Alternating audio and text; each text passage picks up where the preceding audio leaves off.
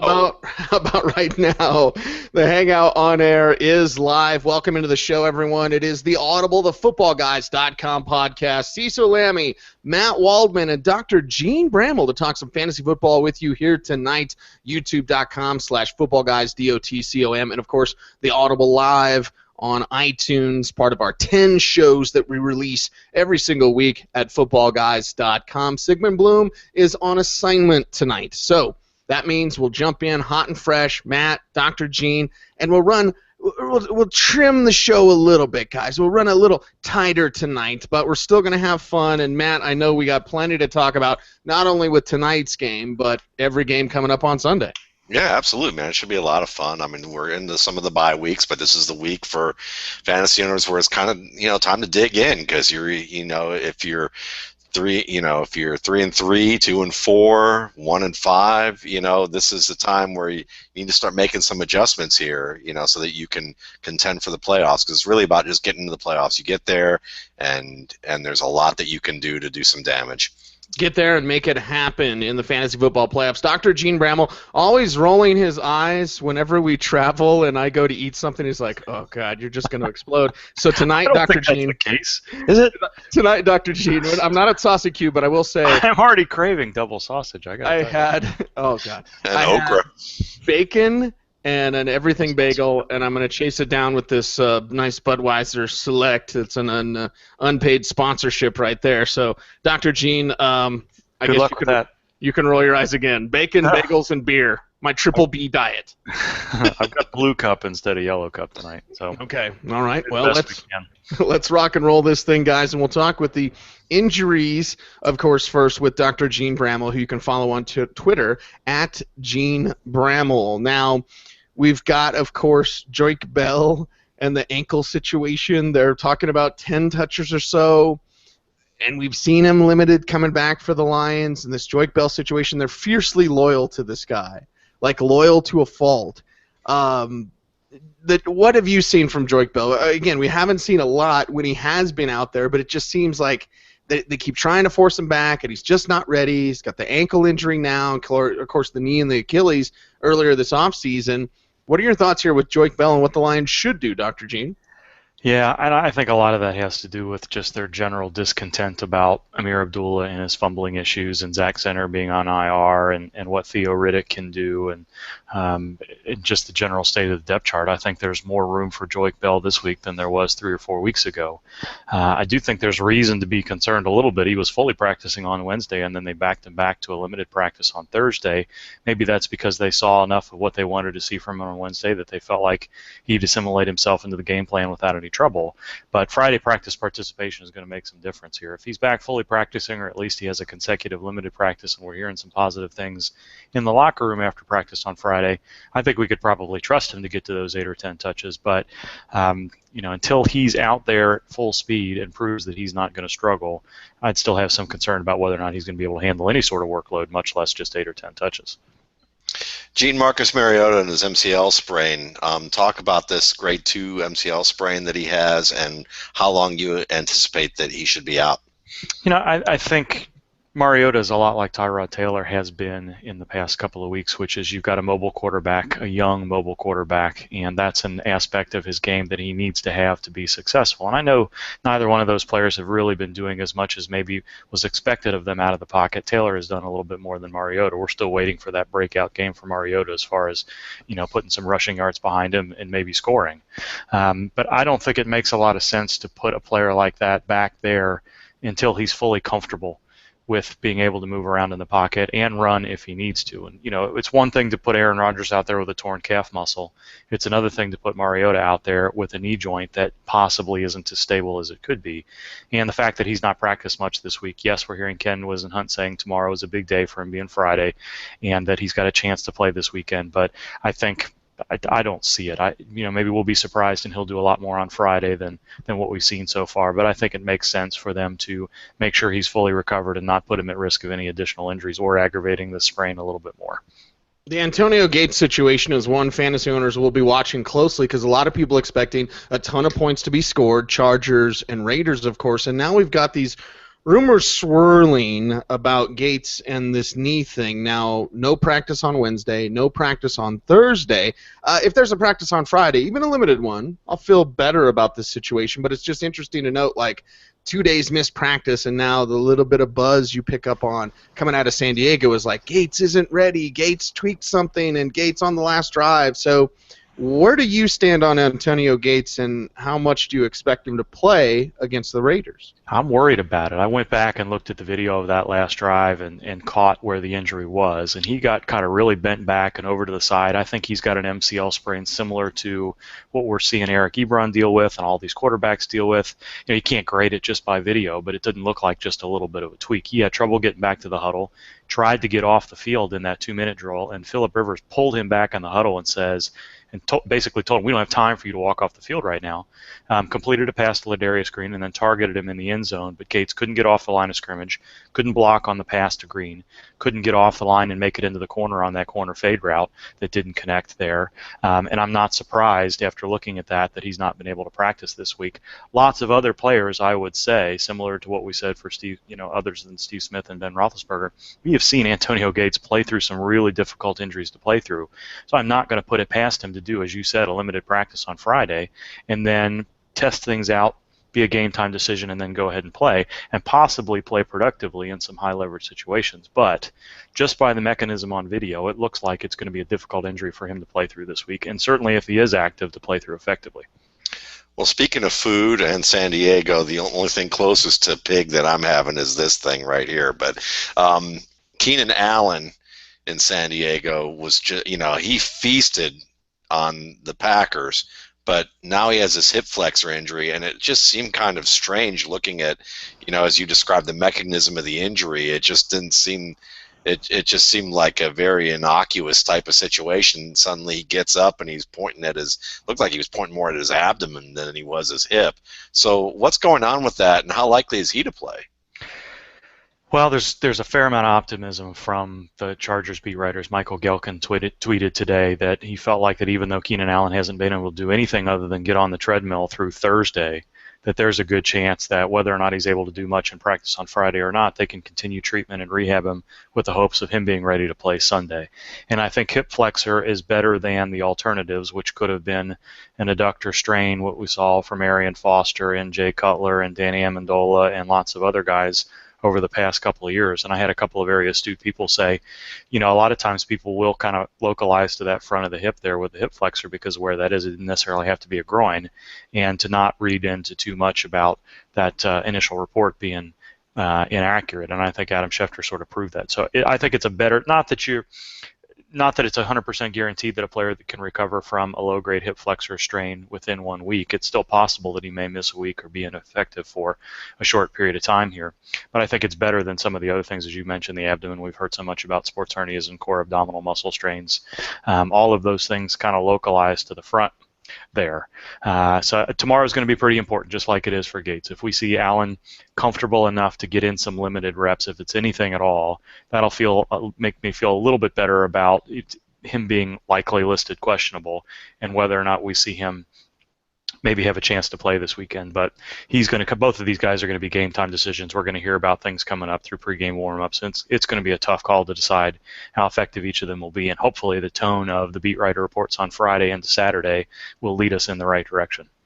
Well, we know that the reports coming out of Jerry's world is that Des Bryant, it's not official that he's been ruled out, but it looks like he may be closer to that shorter time period as he returns from his injury. Dr. Gene, what are your thoughts here? We do have guys like a Roethlisberger, like Des Bryant, that want to come back as soon as possible, get out there on the field. And we've seen that with Big Ben, although it's likely Landry Jones this week. With Des Bryant, it seems like he's close, but maybe not quite yet. Yeah, and I think the point we wanted to make all along is that 5 to 6 weeks just really wasn't going to be possible, and we're right at 6 weeks leading here into week 7.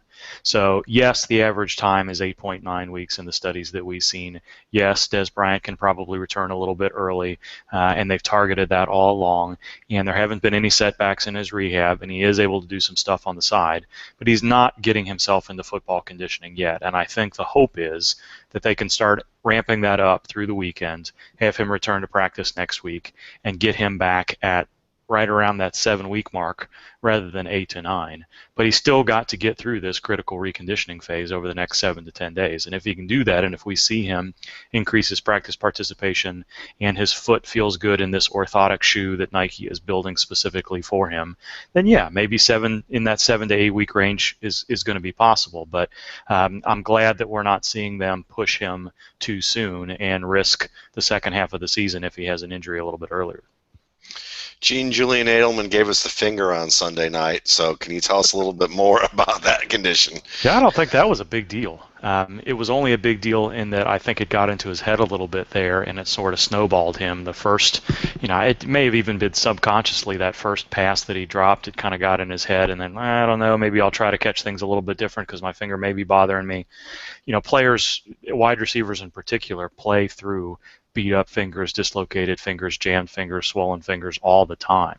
They just tape them up and do the best they can. I didn't get the impression looking at the video that it was an obvious dislocation or something that was going to be a long-term thing. He's not even on the injury report this week, which is unusual for New England. So yes, given the way he tried to fight the ball a little bit last week, there's a little bit to be concerned about there. But I think the fact that he's not on the injury report at all means that hopefully he's got a week to figure out how to play through the injury and get over some of the soreness and stiffness that we always get with those type of injuries, and should be fine. So unless we see him end up on the injury report on Friday, I wouldn't worry too much about Edelman. Well, let's talk about an injury report we'll be watching on Saturday, because that Monday Night Football game, a lot of fantasy owners are looking at the Cardinals and their passing attack, and, of course, Michael Floyd and Larry Fitzgerald. But John Brown is there and missing practice today with a hamstring injury. Again, it's Thursday, Dr. Gene. So if it's Saturday and he's missing practice, then I'm concerned. Right now, I'm like, oh, okay, it's a speed guy, it's a hammy, a little tight, you got to be careful with that. Do you agree with that assessment? Like, okay, it's Thursday. If this was Saturday, because they play Monday night, Saturday is essentially their Friday. So even if he doesn't practice tomorrow on Friday, I'm not as concerned with John Brown. What say you? Yep, I agree. I think this is one of those situations where a midweek muscle tightness is okay because we've got 2 more pieces of information to come, and he's got 2 more days to recover, almost 3 actually, with it being a Monday night game. So it didn't seem like a big concern. He was limited early last week with a hamstring problem, progressed through practice, and wasn't a big issue. But you're exactly right. If this is an aggravation to the point where it's a little bit worse than it was last week, then we're going to see him miss practice tomorrow, potentially miss practice on Saturday, or do very little and then have some concern. But it was just a little bit of tightness, and the Cardinals are exercising caution with him. Then we'll see him back at a limited practice on Friday and probably Saturday, and be pretty reassured that there will be pretty minimal risk in using him on Monday night. Well, my old hometown of Athens is famous for garage bands, and I think of an appropriate garage band name would be T.J. Yeldon's Groin. So can you talk a little bit about that? Yeah. I don't know. What kind of music would they play? Grunge. Yeah, probably. There was some disagreement as I looked through reports today. 2 of the better Jaguars beat writers. One said, I think it's too soon to tell. I'm a little bit worried about him. The other one, after he made it through a limited practice, and I don't remember which, whether it was Doroco or Chris Wright, and some of those. I think actually Chris Wright's in Chicago now, but I don't remember the names. But both of the guys that I would generally trust, one of them is more optimistic than the other, and I think the one that was pessimistic hadn't seen the limited practice report yet. So I would sense that they're trying to increase his practice participation with the hopes that he'll be able to practice and play Friday into Sunday. But I think tomorrow makes this is the first time he was back on the practice field. If he has some tightness, if he has some stiffness when he comes into the locker room tomorrow, then we're probably going to see a DNP and have him miss another week or so. But hopefully, I don't expect to see a full practice tomorrow. If we do, obviously that's a great sign. But a limited practice tomorrow would go a long way to making us comfortable that we could see maybe not 15 to 20 or more touches that we'd seen from Yeldon off and on over the past month, other than last weekend, but that he'd be able to get back in that 12 to 15 range. Matt, I thought you were going to go with a Collective Soul reference there for us. And you slept on the dude's couch, or the dude slept on your couch? How did that go down? My college roommate was part of the band and was the producer, and went on to become the president, the CEO of Virgin American Records. And Ed Roland, the singer, used to sleep on my couch when they would record in Miami. And when he was actually at UGA at the Terry College of Business doing a music business seminar, and he saw me and he goes, "I used to sleep on your couch." He remembered me from back then, so we had a fun time and good laughs about that. So yeah, Right, all right. good. Well, you are quite memorable, Matt Waldman. Dr. Gene, let's get you around here, a couple more around the bend here, 5-10 minutes here, as we continue the conversation about the injuries. And I hate to do this to you, Dr. Gene, but I'm asking you to decipher what's going on with Dion Lewis, because we know what the abdomen injury. Look at the rolled eyes. Somebody get a gif of that. Get a gif of Dr. Gene's face. Five-ish, get on it. Anyway, we saw it affect him. We saw him look different, and we know that in New England, I often say Tom Brady could be missing a limb, and Belichick could be lower body injury. So we don't really know with that team. He's questionable, and this abdomen thing, and you've got this matchup against the Jets. I'm looking so forward to this game. We'll see where the Jets stand. We'll see if the Patriots can put up on their angry revenge tour. But what do fantasy owners do with Dion Lewis? Super talented if he's healthy, but is he healthy enough? Who knows? I think fantasy owners should hope that we get something from the Patriots tomorrow, whether it's an unexpectedly full practice for Lewis, an unexpectedly strong take from Mike Reese. The difficulty here for me is I wasn't sure how things were going to go last week. I had some concerns about him. Everybody seemed a little bit more positive about it, and he was one of the few questionable guys last week that I was pessimistic on that actually didn't play all that well. Everybody else did better than we expected him to do. I just think this is going to be a situation where until in hindsight we know exactly what's happened, that we're not, maybe we can look back and say, oh yeah, maybe that made a little bit of sense. But you'll notice this week that Mike Reese and Jeff Howe, and all of the guys that tweeted some optimism last week, they're not saying anything, because I think they felt like maybe there was a sense that there wasn't a big concern on Thursday and Friday last week, and then immediately after the game they were saying, hey, something isn't right here. And he's had another week to recover. He is practicing in a limited fashion. He's going to be active in play. Maybe that week is enough to have him turn the corner, and we'll see LeGarrette Blount go back to not a very big part of this offense. But if you look back to the number of snaps and the number of carries that Blount has got, and along with Dion Lewis, and I'm sure this injury has something to do with it, he's had a big part here. And it's going to be very interesting to see how the Patriots elect to attack that Jets defense, because the Jets, we talked about a bit this on the IDP show last night, you have to love Todd Bowles. We were trying to figure out how are they going to put four of those big, strong defensive linemen on the field. How are they going to rotate them? And the simplest answer was probably right in front of us, and Todd Bowles took it. They're going to play all four of them at the same time in a 4-3 and protect those good linebackers back there. I don't know. Maybe Belichick decides to just throw the ball all over the place and use Dion Lewis in a variety of screens and draws and all of those sorts of things. Or maybe they'll decide to just line up and play some smash mouth old school football against that front four and use LeGarrette Blount, knowing that he's a little healthier than Lewis. It's just one of those situations where Belichick has so many options with this offense, just not really going to be sure in how this is going to go. I think it's likely, as we saw last week, that Dion Lewis will be healthy enough to take 12 to 15 touches, but how effective he's going to be it's just going to be tough. So hopefully we'll have some piece of information tomorrow into Saturday that makes us comfortable or uncomfortable, gives us a little bit of clarity on it, but it's not going to be any easier to figure out Dion Lewis this week, even though it's an early game, than it was last week in the Sunday night matchup. Gene, the only thing worse for Matt Harmon than having a bad hair day is actually Allen Robinson having a leg contusion. So can you talk a little bit about that to assuage any of his fears? Yeah, I think this one's going to be okay. I think this really, when we hear people say, it was Ian Rappaport tweeted today that, or yesterday maybe, I can't remember which one it was, that this one is turning out better than was originally feared. It did look like there was a pretty good leg contusion that would be possible, and the shin is something that is just, you can get, you get a pretty big bruise and some swelling in that area that takes a while to go down, and for a wide receiver to move on that lower leg, it's the front of the shin, if it's particularly painful, can be just as difficult to maneuver on as a calf strain. And then I thought his knee hyperextended a little bit too, so I was pretty happy when we weren't hearing that he was getting an MRI on Monday.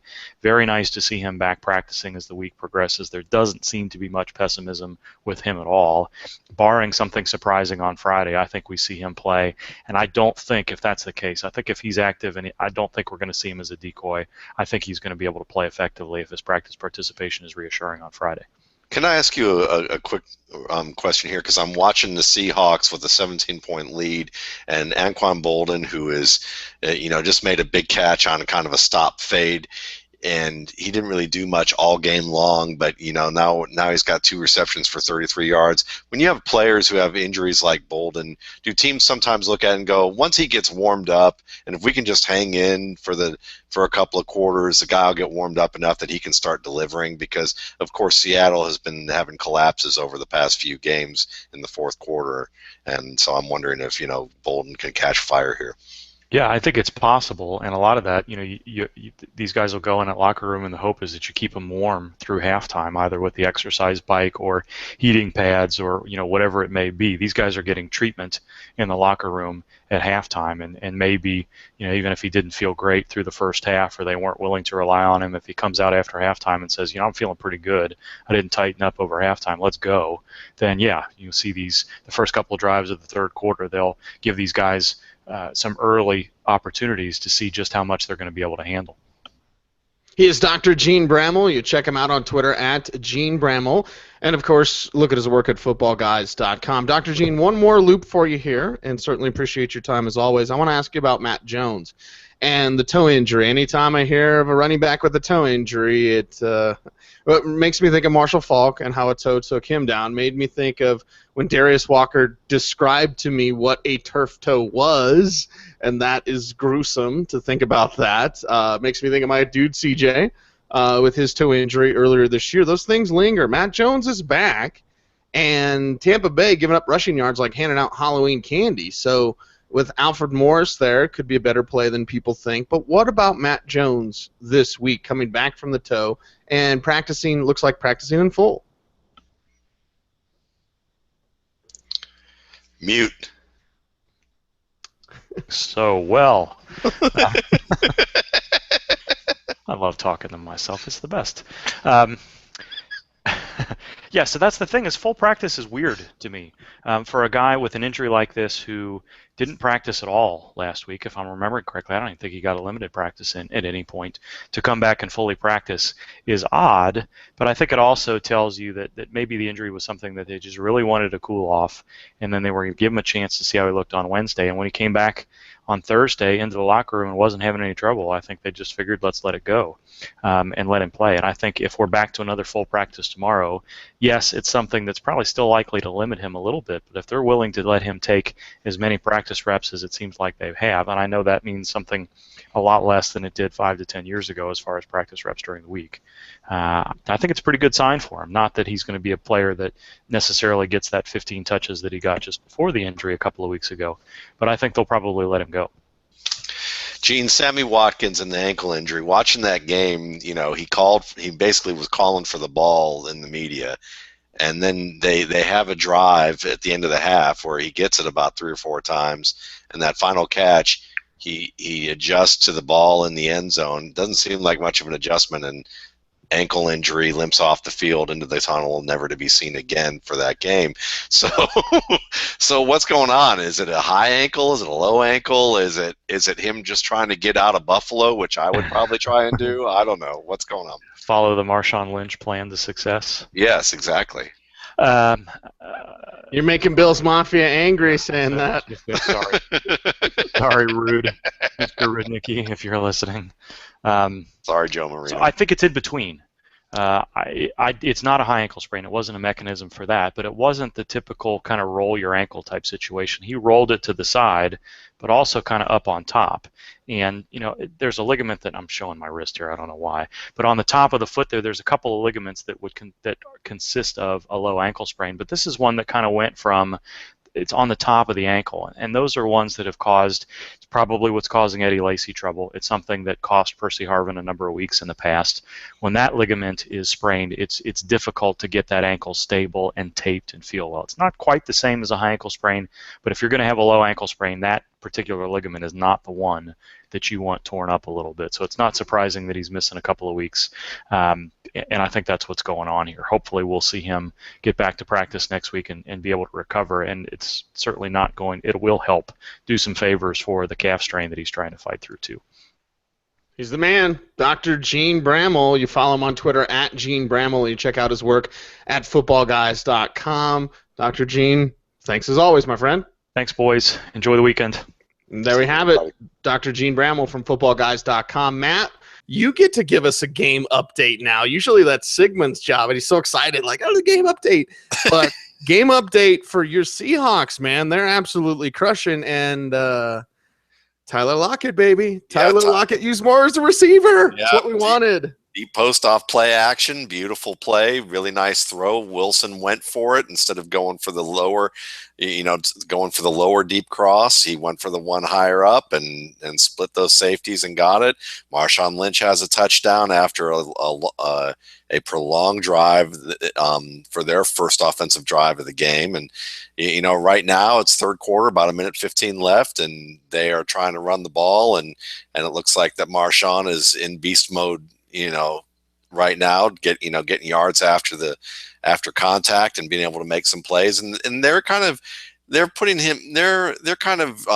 using him wisely, I would say. They're rotating him in and out with Thomas Rawls and Fred Jackson at times throughout the half, and they've been giving him opportunities to be ready for the fourth quarter here, which I think they really need, because this offensive line's still trying to get it together, and they've had some collapses. And as you heard, and I think that, as much as I've made fun of Phil Simms last week and the football, I will say that he astutely noted that they are thin along the defensive line, and that, obviously this is a team that needs to be able to stay on the field offensively. If they have too many 3 and outs, that, any team can come back on Seattle if they get tired out. Yeah, things change pretty quickly in the NFL. It's what Joe always says. We'll talk a little bit more about Lockett. You mentioned Lynch now with 80 yards and that rushing touchdown. Couple of picks for Russell Wilson so far as of this recording. And then we look at Vernon Davis. I know 3 for 54 is right. Now they're showcasing him so they can trade him. Trades don't really happen in the NFL. And I know that some Broncos fans out there saying, like, go trade for Vernon Davis because Owen Daniels is old and slow. And they're just not using Virgil Green because he's a great blocker and they need all the help they can get blocking. But when it comes to Vernon Davis, the name, certainly, the physical talent, it's still there. It hasn't gone anywhere. He just isn't producing. Now he's got 50 yards tonight. That's good. Way better than I expected. But does San Francisco hold on to him? Could we see some sort of trade here with Vernon Davis leaving town? Well, certainly you're looking at a guy who really has appeal to any team that is in it at this point and needs that extra weapon. And so he is that guy that could put someone over the top, and he would be a great fit for a precision pocket passer who is able to throw the ball with the kind of accuracy that Colin Kaepernick cannot. And that may also be the idea of saying, well, look, if we get him in the right situation, he's going to play inspired football. And I think that I honestly think that, that's actually true in this case, because he is so darn physically talented and this team is so darn bad when it comes to what they can do. So I think that's possible, but I agree with you that it's fairly unlikely to go down, because then you're looking at how much you want to pay a guy of that physical magnitude and whether or not they want to go down the line. But I think a team like Atlanta would unbelievably benefit from a player like Vernon Davis, because now with Julio Jones kind of banged up and not able to stretch the field, when you can use Vernon Davis and once Jones gets back on the field there, suddenly you don't have to worry about teams playing that run hard. Now you have a blocker too, so you can get rid of Levine Toilolo and Jacob Tammy, and you combine them both and have an even better player. So I like a team like that to do that. But I don't think, usually you look at the ramifications of a player that age and that kind of expense long term, and it doesn't seem likely. Well, I get to talk to Bo Scaife twice a week. He joins me on my show here in Denver, and I love Bo Scaife, 7-year pro at tight end, largely with the Titans, right? A little bit of time with the Patriots too. Anyway, Bo was talking about Chris Johnson. So for all the people out there like, oh, Vernon Davis, he's talent, but washed up, and he's not. No, look at the narrative on Chris Johnson. Like Chris Johnson, I watched him, Matt, in the 4th preseason game against the Broncos, and I was like rubbing my eyes, like, here's some guys that are working at Costco and Home Depot, all fine jobs, fine employment. But I mean, here are guys that have no business playing in the NFL in the 4th preseason game, and out there is a 2,000-yard rusher in Chris Johnson. And obviously, we've seen what the role has done for Chris Johnson. So, Davis, I agree with you. New spot, trust, reliability, and use him with a quarterback like a Matt Ryan. I think it would be awesome. But what Bo told me, Matt, as I toss it back to you, is he's like, that talent doesn't just go. Like, it's still there with guys like Chris Johnson, and I think it's there with Vernon Davis. Yeah, I absolutely agree with that. I mean, why do you think the Raiders of the 70s and 80s were so good? Is that they had an owner that was willing to take a chance on guys that maybe didn't fit the program elsewhere, or George Allen before that in the 60s with Washington with the Over the Hill gang. I mean, the whole joke is that, yeah, these guys are over the hill, but Carson Palmer, we talked about Carson Palmer years ago, and I remember talking about him in Oakland and thinking, you see the flashes of what he could do when he was in Cincinnati, but he was on a team that was just simply overmatched every week. And now that he's in a system that's a quarterback friendly system, and he's had a couple of years and they're giving him that opportunity to really be the guy, look what's happening. I mean, suddenly you're seeing the Carson Palmer of the years with Hushmanzada, Johnson, and Chris Henry. I mean, you're seeing that kind of player right now in Arizona, and they're a Super Bowl contender. So I absolutely agree. And as I wrap this up, I do ask of you that next time you have Bo on your show, I want some McNair stories from you, from Bo Scaife, when we can talk in the Senior Bowl. That would be great. Okay, here's what I'll do. I'll get Bo on one of our hangouts, and then you can ask him. That'd be awesome. Dear friend, love Bo Scaife. Love talking to Matt Waldman. One of the greatest pleasures that I get every single year is traveling on the All-Star road trip. Like, we're on the grind right now. Like, it's the grind. It's regular season, so schedule's tight and don't have a lot of time to think or do anything else. It's just football.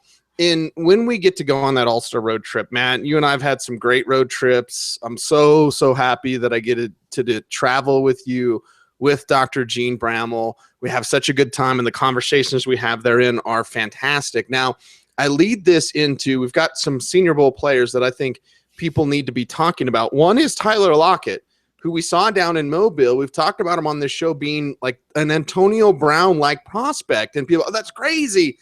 Is it? Is it? No, it's not crazy to think of Tyler Lockett as that Antonio Brown type of player. Like, are you good at football? Are you quick, fast, and elusive? The guy doesn't take any big hits. So with seeing Lockett out there, and it leads me to a conversation that Bloom and I had on the show about Jamison Crowder, who was also a Senior Bowl prospect as well. And Bloom was saying role-wise, not talent-wise. I don't want to put words in his mouth, but I want to be very clear. Bloom was saying, like, role-wise, it could be similar. Like, you're hoping that Lockett gets used in the same role as Crowder. And I said, you know what? If he does that, he'll be way more productive than Crowder. Like, no offense to Jamison Crowder. I know a lot of people have picked him up, and they like what he's done in that limited role in Washington.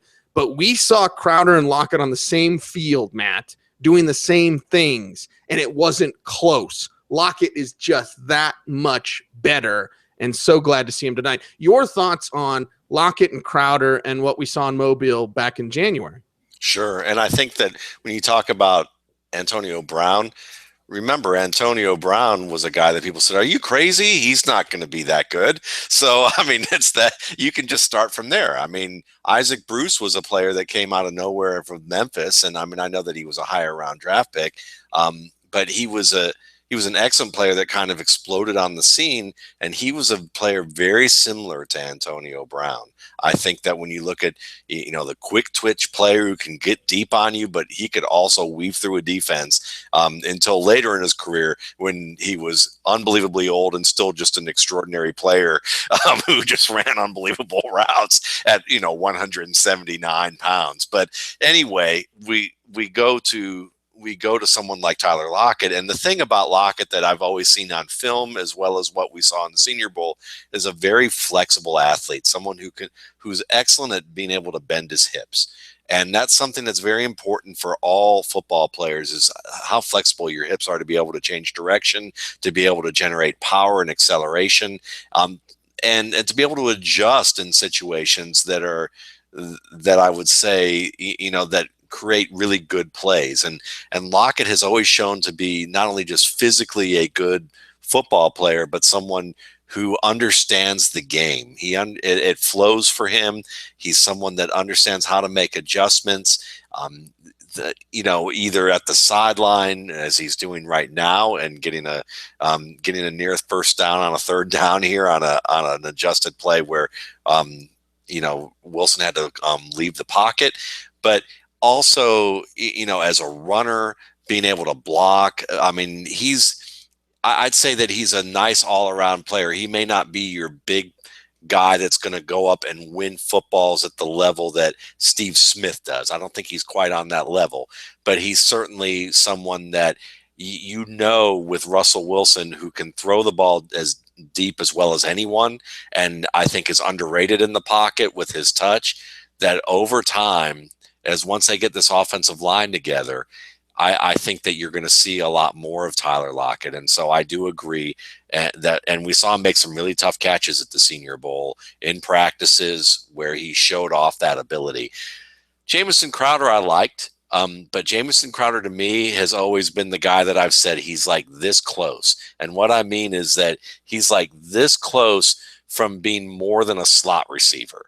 It's like I watched him at Duke, and there were plays, especially one I remember very well against Texas A&M in that big bowl game where they got a huge lead, and then Texas A&M came back and on the arm of John and the wheels of Johnny Manziel. Yeah, it was Manziel. Yeah.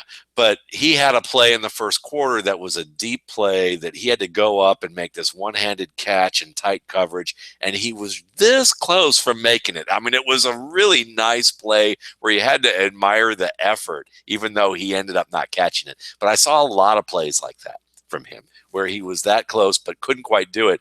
And that's the difference between Antonio Brown and Steve Smith and maybe Tyler Lockett, and a guy who's clearly, to me, Jamison Crowder is a very smart player, a player who runs decent routes, someone who can get you yards after the catch in the right situation.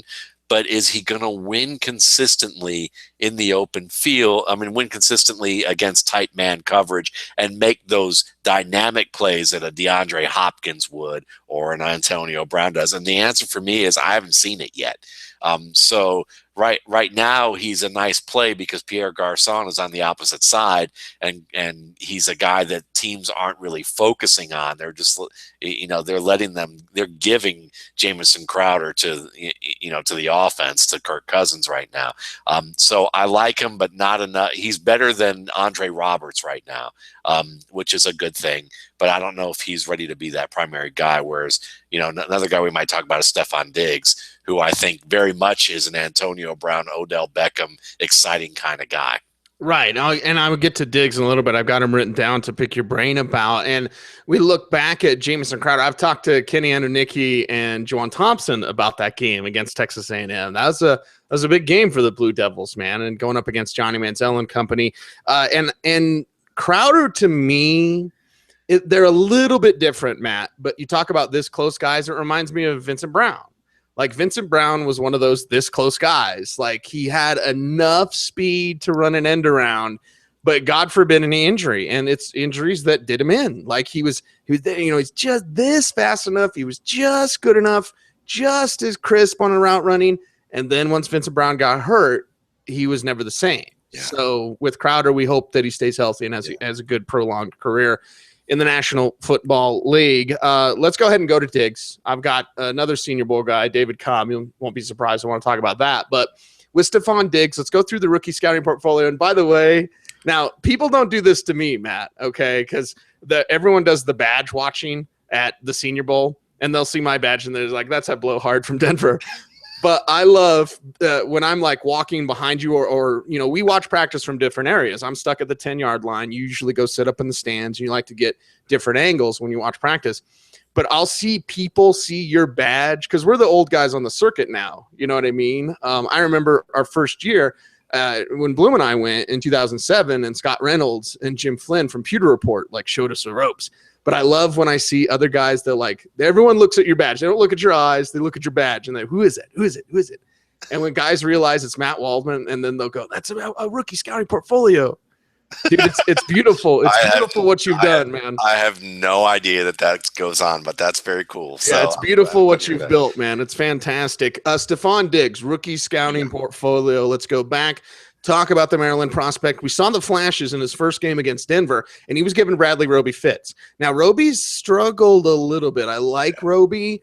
I expect more from him. He's had some struggles in a couple of games. The first game he really struggled was against Diggs. Yeah. And we're seeing, whereas Lockett maybe doesn't win at the point of the catch, Crowder certainly doesn't win at the point of catch and doesn't get that separation perhaps as much as Lockett can on underneath routes. Diggs can, and Diggs does. He rips away passes. For a smaller guy, he'll get up, he'll rip it away, and he'll just take that ball and run with it. He's got that speed. Stephon Diggs emerging here, and no surprise that he's taken. Charles X. Johnson is now not a starter. Mike Wallace is still Mike Wallace, but Stephon Diggs, man alive. And I still love and respect Jarius Wright, but man alive, they got something here with Stephon Diggs. Yeah, I'm super excited about him this year, and I actually in our football guys staff dynasty league, I traded a second and a third to get him this week with James Brimacombe because, and I have, I've got some good receivers on that team, but I was just like, I got to get this guy, and the reason being is that when you look at Diggs. And you talk about Bradley Roby. Where I thought Bradley Roby struggled in college was against good route runners who were willing to Jared give him a Abbrederis. fight. Yeah, Abbrederis. Yeah, exactly. I even wrote about that and wrote about Abbrederis and his battle. And it He was had like really 200 fun yards battle in to that do. game, right? He had like a 200-yard game. Yeah, and it was a guy who's willing to get ridden up the field and still fight and win the ball, and that was something that Abbrederis could do well, and he was a technician, and that's the thing that I love about Diggs is that when I didn't have Diggs ranked really high, so if you look on the surface in the RSP, I had him ranked 17th overall. That sounds like that's pretty bad, but I also noted that I think from players like pretty much from the ninth player into the teens, there was very little separation between these guys. And that was a very narrow margin, and you could have really moved a lot of these guys around. And what I wrote about Diggs, and that's where I really try to focus on is talk about what they could be, what they need to work on, and what happens if those things come together. And I mentioned that his ability at the catch point makes him is very special. Actually, it's in the realm of special, and if he can put it together in terms of winning the jam and being more consistent with his routes, he has the physical ability and the savvy and just the wherewithal to become a much better player, like a very exciting player to watch develop. And in the preseason we saw where the game didn't look too big for him when he was facing guys who were veterans. He was making good plays in the second half, then started to make some plays against veterans at that level. And then when he got on the field against Denver, you saw that he was where he was supposed to be, and he was making those plays you described. But last week against Kansas City really excited me because the violence in which he was running routes was just fantastic. I mean, you want to see players who tell a story. I talk about that a lot, is that you want them to keep cornerbacks in suspense on some level. And it's harder to do against NFL cornerbacks because they study the tape on you. They also understand the little techniques and tip offs that receivers have, raising their shoulder pads a little too high in a stem and tipping off their break, maybe trying to use an old tried and true method at the top of a stem to fake somebody. Anybody's like, I'm not going for that fake. I see that like, that's a high school, type of move or a college type of move. And Diggs varies the story so much and he does it at top speed.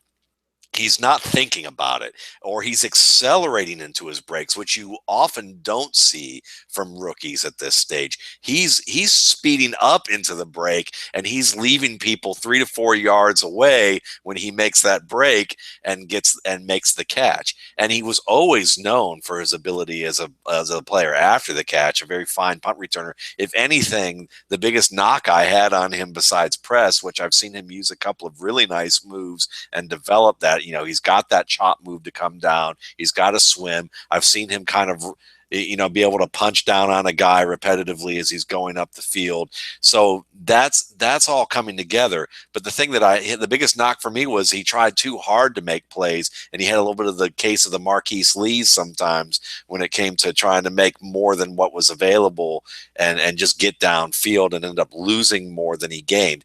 But so far, we haven't seen him do that. And I think he'll get a little confident and get a little cocky and try and do that a little bit, because any player who's starting to feel feel what's going on here is going to try and do a little bit more. But Teddy Bridgewater, this is a perfect match for them, because Norv Turner, for the life of me, in San Diego would pick these guys who, maybe it wasn't him, but the Chargers would pick these tall, fast guys who couldn't run a route to save their life or couldn't catch. Oh, that was A.J. Smith. That wasn't Norv at all. That was A.J. Smith. Yeah, I'm sure Norv has been like in purgatory for like years. And now, I mean, I like where Charles Johnson can become still. He's still got potential.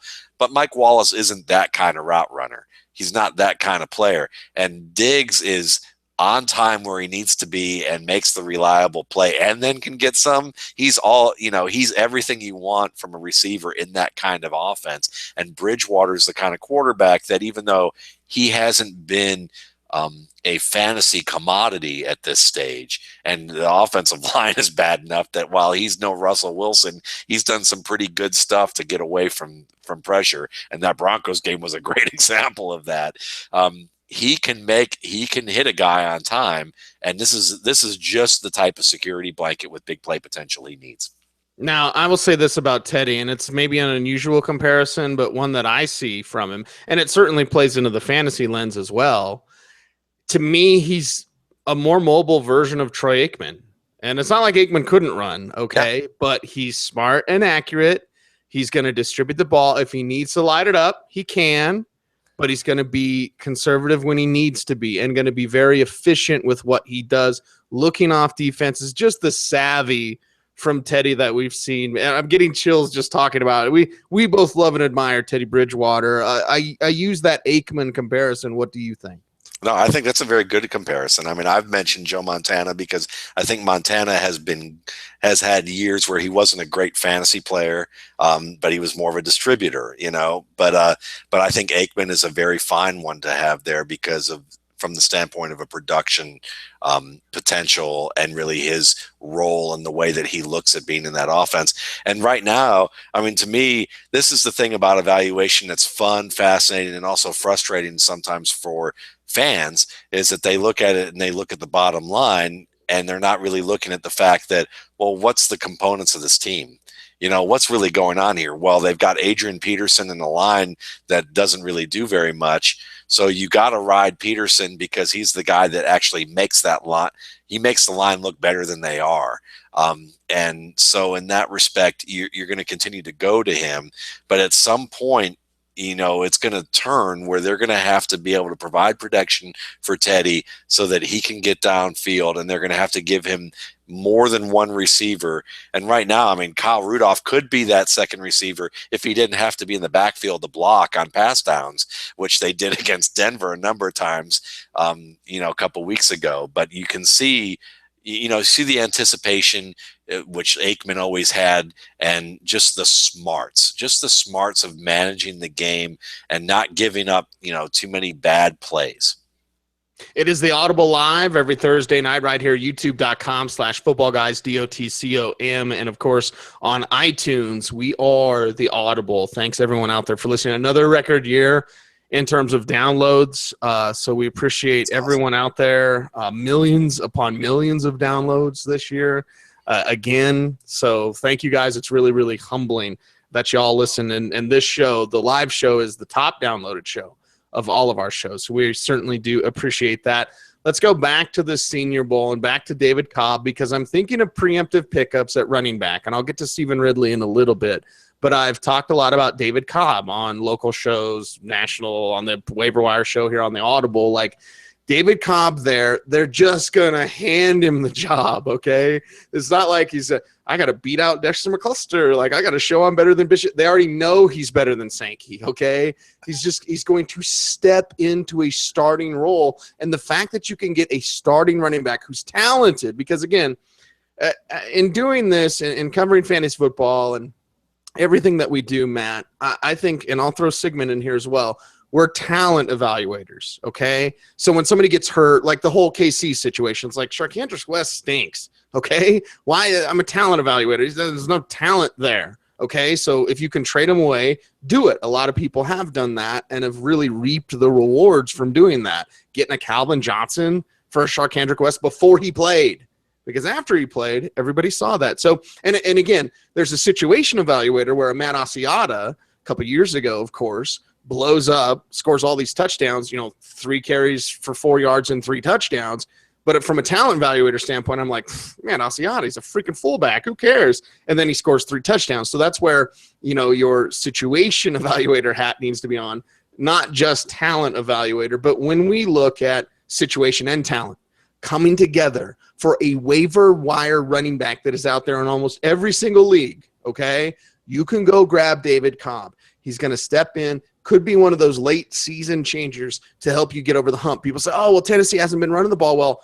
That's because they don't have anyone good without David Cobb. Jalston Fowler that'll blow open holes. And as Mariota needs more of a security blanket, I think both you and I have talked a lot about how they're taking stuff away from Mariota.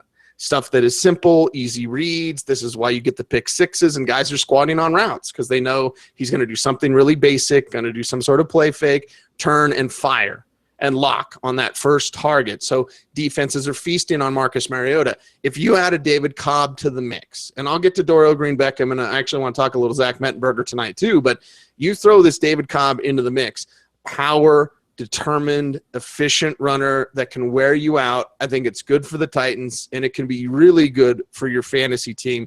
David Cobb is a preemptive pickup. What say you, Matt Waldman? I think that's a viable.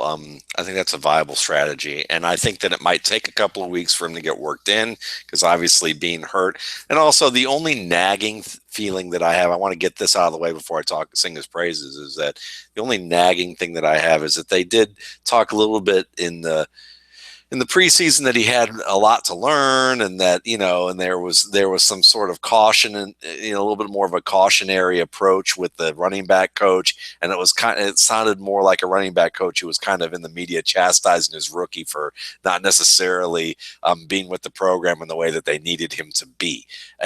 But I'll say this: I mean, he's a very good receiver. He is, and you don't see that a lot at Minnesota, other than screen passes. But he's an excellent screen pass receiver, as well as one downfield who can make adjustments to plays. He's not the fastest guy, but he's quick enough. He certainly has the agility you're looking for, and he definitely can run over you, run through you, and push a pile. And those are things that you're not getting in all those combinations, other than flashes occasionally from Antonio Andrews, but not quite enough. I would say that it bleeds into what you want to talk about later, but because of what's happening right now with the injury situation to Marcus Mariota and who they're getting at quarterback and Zach Mettenberger, you may have a more downfield I formation type of offense that's available to them here that they may switch to because of the fact that they don't have to give Mettenberger training wheels, and I know that sounds pejorative about Mariota, but it's not. I mean, I think Mariota is going to be a good quarterback over time. But they are baby stepping him into this role, and Mettenberger is a chuck and duck kind of. He's not even a duck. He chucks that ball around. Think about the lack of compunction. He had no compunction about throwing the ball into tight coverage to guys like Jarvis Landry and Odell Beckham. Okay. Now he has Dorial Green-Beckham, who might be the best receiver in this class at making contested catches because of his size and ability to just adjust to the football. And he's a better route runner than you expect. And you look at the game last week, and it was like you could see the connection they had already. I mean, it was there, and I haven't seen Marcus Mariota throw many deep balls this year. I mean, I've charted some games, and it's like you can count them on your hand, or at least a couple. It's short stuff they take long. It's short little drag route to Kendall Wright, and then he takes it long. Yeah, and Mettenberger is going to be like, I mean, I'm sorry, but if anything, I could see Mettenberger getting in trouble for getting the play, calling the huddle, and going, screw that. We're not doing this. We're going to the deep post right now. We're going on a go route up the sideline. I mean, I can totally see him just say, it was there. I'm going to do it. There may be more interceptions because of that, but and he may take some more sacks. But I also think that if they stretch the field more, especially with Beckham or maybe Justin Hunter, but I think more Beckham, they stretch the field. Now that opens up the run game more. And right now, because defenses can sit on Marcus Mariota's routes and just say, we're playing the short game, and now they're starting to guess all that. Mettenberger's that monkey wrench into that scouting lag I talk a lot about, which is the first 3 to 4 weeks of NFL teams waiting for film to see what's going on with a guy. And then when you get that new quarterback, everybody's like, this backup's better than the starter. And then 4 weeks later, the backup gets owned by a defense that's seen enough film of him. Mettenberger's going to get 2 to 3, maybe 4 weeks to kind of get the jump on defenses, along with Dorial Green-Beckham, who they haven't seen a lot of either. Yeah, Tennessee receivers aren't what they used to be. Certainly, you mentioned Justin Hunter there. It makes me think of Derek Rogers. And who was the other one? It was Justin Rogers? No, Justin Hunter. Who was the other? There was 3 Tennessee receivers. Oh, gosh. And who was the other guy? Denarius Moore was one? It was after Denarius Moore. Okay. And I'll look it up. But anyway, Derek Rogers, Cordell Patterson. Yes. Yeah. Anyway, we'll move on from that. Robert Meacham. Robert Meacham. There you go. And in talking about Zach Mettenberger, like an I formation is good for him. There's no third and long that he doesn't love. Like, you set it up, you pound it between the tackles, and you try to set up a third down situation that's manageable for Mettenberger, but it doesn't matter for him. Now, I don't like Mettenberger as a bitter LSU fan. I didn't want him to come over from Georgia. I love Aaron Murray, by the way. Oh, man, do I love Aaron Murray. So when I look at Mettenberger, I agree with you in terms of he can catch some defenses off guard because imagine if Ryan Mallett was good, but not that good. That's what you have with Mettenberger. You have a big arm. He doesn't care about coverage, and he doesn't care about coverage. I mean, that's kind of the bottom line with him is he's going to make these difficult throws, but he's going to make a bunch of mistakes along the way doing it. And it's Dorial Green-Beckham who has stood out in going back, Matt, looking at my notes from high school all-star games. Now, I don't follow players in high school. There's a lot of high school numbers are just insane. But there are names that you get to know when you get to the All-America, Army All-America game. I've got Adrian Peterson's. That was actually the first year I recorded it, was when Adrian Peterson was a senior in high school. So in going back in Dorial Green-Beckham, and I found some of my old notes about him at the high school all-star game before he went to college in Mizzou, of course, and then on to Oklahoma. But it was Julio Jones. I scratched it like this Julio Jones. What I saw from Julio Jones when he went through that same process is the same thing we get with Dorial Green-Beckham, and that talent's just off the charts. If he gets it, it's off the charts with Dorial Green-Beckham. Yeah, I would say, and if I were to add another layer to it, I would refine it to an extent or disagree with it to only a minor extent to say that I think I would not even say disagree. I would differentiate him from Julio Jones by saying that Julio is probably a quicker athlete, but he's not. But Dorial Green-Beckham was better at the catch point, I think, and also a better route runner coming out than what Julio Jones was. And people said that he's kind of raw. I hear the media line a lot of times that he's raw, he's green as a route runner. I think Matt Harmon's done a good job in reception perception to show the numbers to show that isn't really the case. I didn't notice that was the case. I thought he was a pretty good route runner, even though he had some limited opportunities out there. And man, when it comes to, he's just powerful. He's a powerful guy who you could have a couple of players hanging off him, and it doesn't matter. I mean, he's like a rebounder. He's like Dennis Rodman under the boards. I mean, he kind of he does that. You throw it up, and he's going to get it. And Mettenberger to me is, he's a young Kerry Collins. except maybe hopefully he won't be what Kerry Collins was like when he was young either. Yeah, exactly. You don't want that.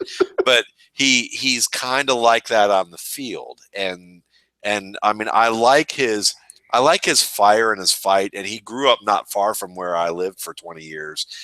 So he was, he was a product of Oconee High School in Oconee County, and always wanted to play for Georgia. And he really messed it up big time because Mark Richt doesn't truck with that kind of stuff. So he's not the most, he hasn't been the most mature guy, but I will say this: you see flashes with him where you see big playability that gets the attention of a guy like Greg Cosell, even though Greg is a big arm guy. He's like he's the die in the wool, big arm, hang in the pocket, take the big shot. He grew up watching that, and he's been inculcated into that. And that is really what teams are still looking for the most part. It's just that his feel for making good decisions isn't there, and it's hard to say that it's going to mature on a fast track. It is the Audible Live, the footballguys.com podcast. Cecil Lammy and Matt Waldman discussing all things fantasy football. Let's get a game update before we're out of here, Matt. What's going on with Seattle and San Francisco? Well, unless San Francisco pulls off like a Peyton Manning-esque Indianapolis Colts Buccaneers comeback with 3:53 left, looks like Seattle has this in the bag. It's 20-3. You're not seeing a lot from this offense. It's going very well for Seattle right now, but they've done enough in the first three quarters, and their defense has played well enough to really limit the 49ers, that everything should be okay. It looks like number 29 for the 49ers, though, is hurt, and it's either they're massaging the quad muscle, or maybe or looking at the knee right now. So it could either be a cramp, but there's enough guys hanging around over here that it looks like it's probably more serious. So hopefully, I think 29, is that either Antoine Bethea or is it their safety Reed? I don't know. It's one of their defensive backs. And I got to look and see who that is. But this looks like a pretty much of a dominating game for Seattle, and they needed it to get back on track here. And that is a wrap for tonight's show, ladies and gentlemen, as we talk fantasy football with you, 10 episodes a week right here on the Audible. We certainly appreciate everyone out there for watching the show, for communicating with us via Twitter or email or what have you. We love you guys, and I say it often, and it rings true every time. It is a privilege to be a part of your life every day, and how we cheer you up, the audience reaction and participation, I mean, it's a reciprocation, and it's great to hear from you guys. It can certainly help brighten a day, so we appreciate each and every one of you out there for listening. By the way, Matt, I wanted to show this off because I said I would, for our listeners, that my BB-8 would make an appearance on today's show. I won't. He actually rolls and the head moves around. So anyway, my Star Wars toy. I had told everyone BB-8 would make an appearance. So there you go, BB-8, Star Wars: The Force Awakens. It was better than the Monday night game. Awesome. Yeah. Awesome stuff, man. There we go. He's Matt Waldman. You follow him on Twitter at Mad Waldman. Matt Waldman. Sometimes. I'm at Cecil Lammy, and I think another beer may be in order. Anyway, thanks for listening and watching, guys. Stay tuned and stay frosty. Cheers.